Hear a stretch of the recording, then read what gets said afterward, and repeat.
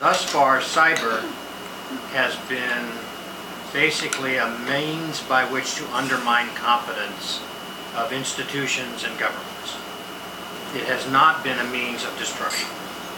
Okay? It may change, and the potential certainly exists for it to change, but that's kind of the reality. Second point is, this issue of espionage from the standpoint of stealing intellectual property and whatnot. With or without the Chinese, patent law and the idea that you have 20 years of proprietary access to intellectual property is really more like a production cycle and a half. That's all industry can really count on, and it doesn't have to be the Chinese.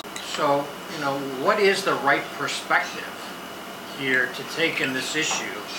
I mean, we can obviously start a world war or something along those lines over this issue, but we are entering into an age where access to knowledge is really fundamentally different than it was in any time prior.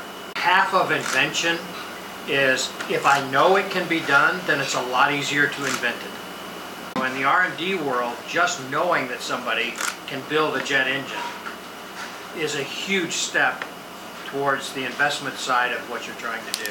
We shouldn't forget, in this activity, that the promise of cyber, is a platform on which most of our commerce is starting to rest.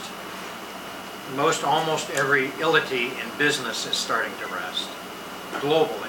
It is hugely leveraging, and there is a lot of money associated with it. And if it were the 20s, it would be like banking.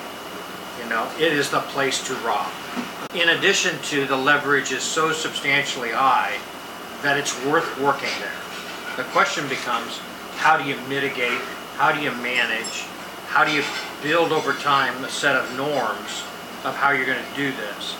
I would tell you from my time in China, the reality of what they have done in the past is starting to weigh hugely on their industry.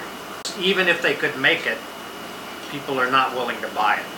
The last point is that the promise of cyber also is that in statecraft, it is the ability to have graduated effect from influence to destruction.